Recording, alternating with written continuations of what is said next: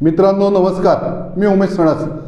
2025 साल संपलेला आहे, 2026 साल सुरू झालेला आहे. 2025 सालातली एक महत्त्वाची घटना कुठली असा प्रश्न विचारला तर हिंदी चित्रपटसृष्टीतला अनेकांचा आवडता कलाकार सलमान खान यानं वयाची 60 वर्ष पूर्ण केली, 61व्या वर्षात पदार्पण केलं. हीच ती महत्त्वाची घटना आहे. सलमान खाननं अनेक सुपरहिट सिनेमे दिले, अनेक लोकप्रिय चित्रपट दिले, अनेक चित्रपट लोकांना अत्यंत आवडतात. पण सलमान खान गाजला तो त्याच्या सिनेमापेक्षा सिनेमाच्या बाहेरच्या ॲक्टिव्हिटीजमुळं हे आपल्याला मान्य करावं लागेल. राजस्थानमध्ये कोणत्या तरी सिनेमाचं शूटिंग होतं. सलमान खान ते शूटिंगला गेला. शूटिंगला गेल्यानंतर त्याला तिथे शिकार करण्याचा मोह आवरला नाही. शिकार करायला गेला, बंदुका घेऊन गेला, काळविटाची शिकार त्यानं केली. सलमान खानवर केस झाली. राजस्थानमधल्या एका समूहाला काळवीट हरण हे अत्यंत प्रिय होतं. नुसतं प्रिय नाही तर देवाच्या ठिकाणी त्या समूहामध्ये मानलं जात होतं. त्या समूहानं सलमान खानला मारणाऱ्याला मोठी बक्षिसं जाहीर केली. सलमान खानच्या जीवाला धोका निर्माण झाला. काळविटाच्या हत्येची ती केस सलमान खानच्या विरुद्ध जे ती जोरात चालली. त्या केसमध्ये साक्षीदार झाले, पुरावे झाले. साक्षीदार ऐनवेळी पलटले, पुराव्यांमध्ये छेडछाड झाले आणि सलमान खान त्या केसमधनं निर्दोष सुटला. प्राण्यांची हत्या कलाकारांनी करावी का? कलाकारांना अशा स्पेशल ॲम्युनिटीज द्याव्यात का? कलाकारांनी सामाजिक बांध ठेवलं पाहिजे का? यासारख्या विविध मुद्द्यांची चर्चा काळविटांच्या शिकारीच्या निमित्तानं झाली. सलमान खानच्या या शिकारीची चर्चा संपूर्ण भारतभर झाली. सलमान खान गाजला तो त्याच्या एखाद्या सिनेमामुळं नव्हे तर सिनेमा बाह्य शिकारीमुळं गाजला. सलमान खान काळविटाच्या शिकारीच्या केसमधून निर्दोष सुटला आणि लोकांनी चर्चा सुरू केली की काळविटाला मारलं तर शिक्षा कशी होईल.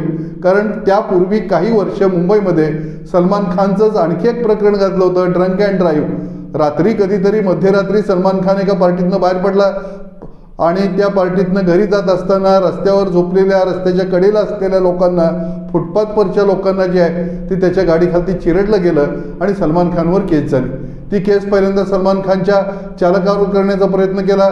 मात्र सलमान खान हा स्वतः गाडी चालवत होता असं सांगणारे प्रत्यक्षदर्शी साक्षीदार मिळाले. सलमान खानला त्या केसला सामोरं जावं लागलं. सलमान खानवर त्यासाठी केस झाले. खटला कोर्टात सुरू झाला. यथावकाश साक्षीदार जे आहेत ते फितूर झाले. यथावकाश पंच हे कोर्टात येईन असं झाले. पंचही फितूर झाले. साक्षीदार आणि पंच हे सलमान खानच्या बाजूनं आणि सलमान खानच्या हितार्थ बोलतील अशी परिस्थिती निर्माण झाली आणि त्याही खटल्यातून सलमान खानची निर्दोष सुटका झाली. सलमान खान त्या खटल्यातनं निर्दोष सुटला असेल, परंतु देशभर पुन्हा त्या काळात चर्चा सुरू झालेली होती की कलाकारांचं वर्तन कसं असलं पाहिजे. सलमान खान हा ड्रंक अँड ड्राईव्हचा प्रकार होता. तो अतिमद्यपान करून गाडी चालवत होता अशा प्रकारचे आरोप झाले. कुठलाही आरोप कोर्टात साबित झाला नाही. मात्र त्या प्रकरणानं सलमान खानची अत्यंत बदनामी झाली. कलाकारांनी सार्वजनिक क्षेत्रात कसं वागलं पाहिजे याची चर्चा झाली. श्रीमंतांनी वाहतुकीचे नियम पाळण्यासाठी काय केलं पाहिजे याच्या संदर्भात लोक बोलत राहिले आणि हे प्रकरण भारतभर गाजलं. एखाद्या सिनेमापेक्षाही सलमान खानचं नाव हे त्या काळामध्ये ड्रंक अँड ड्राईव्हच्या प्रकरणामध्ये, फुटपाथवर झोपलेल्या माणसांना चिरडण्याच्या प्रकरणामध्ये जे आहे ते सगळ्या देशभर या प्रकरणाची चर्चा झाली. सलमान खान हा त्याच्या चित्रपटांमुळं किती चर्चेत राहिला ही गोष्ट वेगळी आहे, पण चित्रपटाच्या बाहेरच्या ॲक्टिव्हिटीजमुळं सलमान खान हा सातत्यानं चर्चेत राहिलेला कलाकार आहे. सलमान खान याचं ऐश्वर्या राय नावाच्या अभिनेत्रीवर प्रेम होतं. तिच्या घरी त्यानं केलेला, तिच्या दारात जाऊन केलेला दंगा, आणखी तिच्या काही कुटुंबियांना दिलेला त्रास वगैरे गोष्टीमुळं सलमान खान गॉसिपमध्ये आला आणि त्याही प्रकरणात सलमान खानच्या नावाची मोठी चर्चा झाली. सलमान खानला चर्चेत राहण्यासाठी असे प्रकार करावे लागले असतील असं वाटत नाही, परंतु त्याचं वागणंच असं होतं की त्याच्या वागण्याची सातत्यानं चर्चा झाली. सलमान खानची आणखी एका गोष्टीसाठी चर्चा झाली. सलमान खान हा दरवर्षी गणेश जयंतीला, गणेश चतुर्थीला गणपतीची स्थापना करत असे. सलमान खान हा गणेश भक्त आहे. सलमान खानच्या घरच्या गणपतीच्या बातम्या कव्हर करण्याकरता आजही प्रिंट मीडिया आणि इलेक्ट्रॉनिक मीडिया सातत्यानं गर्दी करताना दिसतो. सलमान खाननं असं घरात गणपती बसवणं हे मुस्लिम रीतिरिवाजाला धरून नाही म्हणून त्याच्यावर काही मुल्लांनी, मौलवींनी टीका केली, परंतु सलमान खानचं गणपतीवरचं प्रेम कमी झालं नाही. गणपतीचा भक्त असलेला सलमान खान हा याही निमित्तानं चर्चेत राहिला. सलमान खानची चर्चा ही अशी सातत्यानं होत राहिली. 90 ते 2000च्या दशकामध्ये 1988 पासून म्हटलं पाहिजे, सलमान खानचा पहिला सिनेमा आला त्यावेळी त्या सिनेमाचं नाव होतं मैंने प्यार किया. या सिनेमातली सलमानची प्रेमची भूमिका ही लोकांना अतिशय आवडली. तो सिनेमा सुपर डुपर हिट झाला, लोकांना अत्यंतिक आवडला. लोकांचं आजही त्या सिनेमावर प्रेम आहे. सलमान खाननं प्रेम म्हणून ज्या ज्या सिनेमामध्ये काम केलं ते सगळे सिनेमे लोकांना आवडले. 5 ऑगस्ट 1994 रोजी सलमान खानचा हम आपके है कौन हा सिनेमा आला आणि या सिनेमानं भारतभर रेकॉर्ड ब्रेक केली. हा सिनेमा आजही लोकांना अतिशय आवडतो. हा सिनेमा एक कौटुंबिक जिव्हाळ्याची कथा आहे. हा सिनेमा हा सुंदर गाणी असलेला सिनेमा आहे. हा सिनेमा हा बडजात्या ग्रुपचा एक अद्भुत सिनेमा आहे, म्हणून ह्या सिनेमाचं वर्णन केलं जातं. या सिनेमातला सलमाननं रंगवलेला प्रेम हा आजही लोकांना आवडतो. एक वेगळी प्रीतिकथा म्हणून हम आपके है कौन हा सिनेमा लोक आजही आवर्जून बघतात. हम साथ साथ है हा सलमानचा सिनेमा हा त्याच अर्थानं गाजला. एकसारख्या भूमिका करणाऱ्या सलमान खानचे प्रेम म्हणून काम करणारे, प्रीतिवीर म्हणून वागत असताना एक वेगळेपणा दाखवणारे सिनेमे जे आहेत ते लोकांना अतिशय आवडले.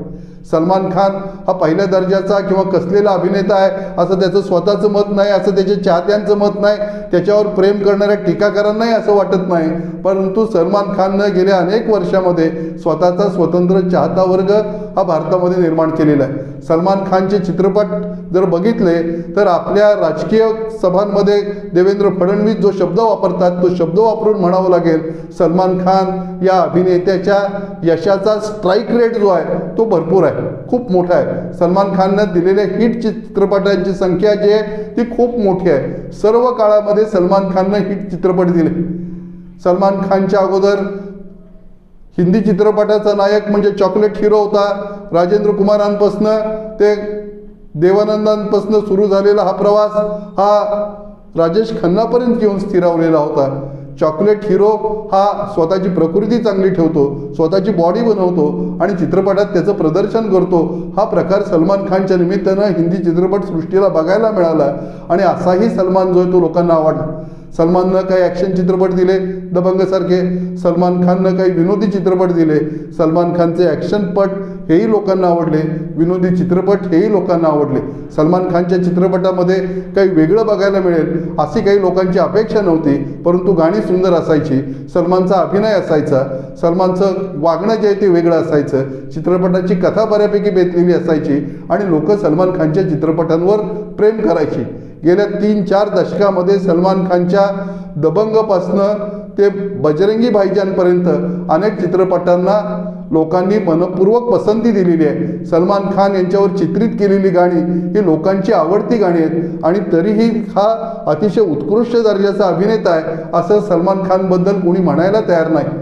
तेरे नाम सारखा एखादा वेगळा सिनेमा जेव्हा सलमान खानवर चित्रित होतो आणि तो लोकांसमोर येतो त्यावेळी सलमान खान हा अतिशय चांगल्या पद्धतीनं काम करू शकतो ही गोष्टही लोकांना समजते. सलमान खान याच्या चित्रपटांपेक्षा अधिक चर्चा झाली ती सलमान खान याच्या अविवाहित राहण्याची. सलमान खाननं विवाह केला नाही. सलमान खानच्या विवाह न करण्याचं कारण याच्यावर गॉसिप झाली, याच्यावर लोक लिहित राहिली, याच्यावर लोक बोलत राहिली. सार्वजनिक कार्यक्रमांमध्ये सलमान खानला तू लग्न का करत नाहीस, तू लग्न कधी करणार आहेस, तुझी पसंती कोण आहे, अशासारखे असंख्य प्रश्न विचारले गेले. सलमान खान हा त्याच्या चित्रपटांमधल्या भूमिकांपेक्षा अशा गोष्टींमुळं लोकांमध्ये चर्चेत राहिला असला तरी सलमान खाननं हिंदी चित्रपटसृष्टीला काही गोष्टी दिल्या.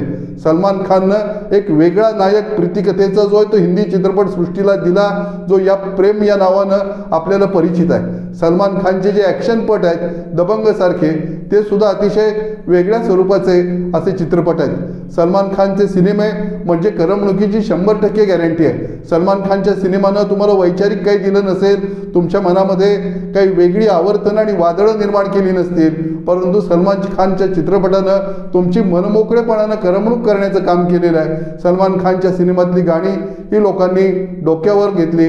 सलमान खानचा अभिनय हाही लोकांना आवडला आणि सलमान खानचा चाहता वर्ग प्रत्येक वेळी सलमान खानच्या नव्या सिनेमाची सातत्यानं वाट पाहत राहतो.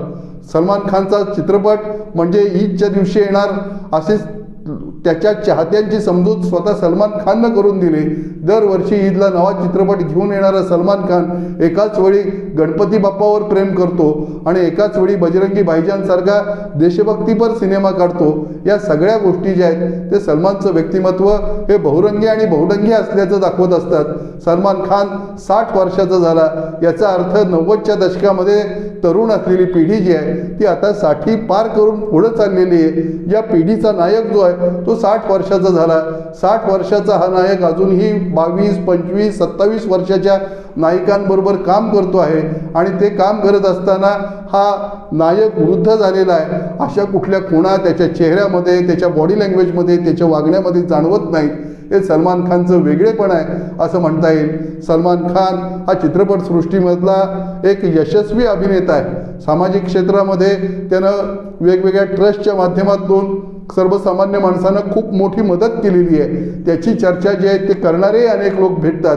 पण त्या सगळ्यांपेक्षा अभिनेता म्हणून सातत्यानं यश मिळवणं, कलाकार म्हणून सातत्यानं चर्चेत राहणं, कलाकार म्हणून सातत्यानं नवनिर्मिती करणं आणि प्रत्येक वेळी काहीतरी चांगलं, अधिक चांगलं, वेगळं देण्याचा प्रयत्न करणं हा प्रकार सलमान खाननं गेली अनेक वर्ष केलेला आहे.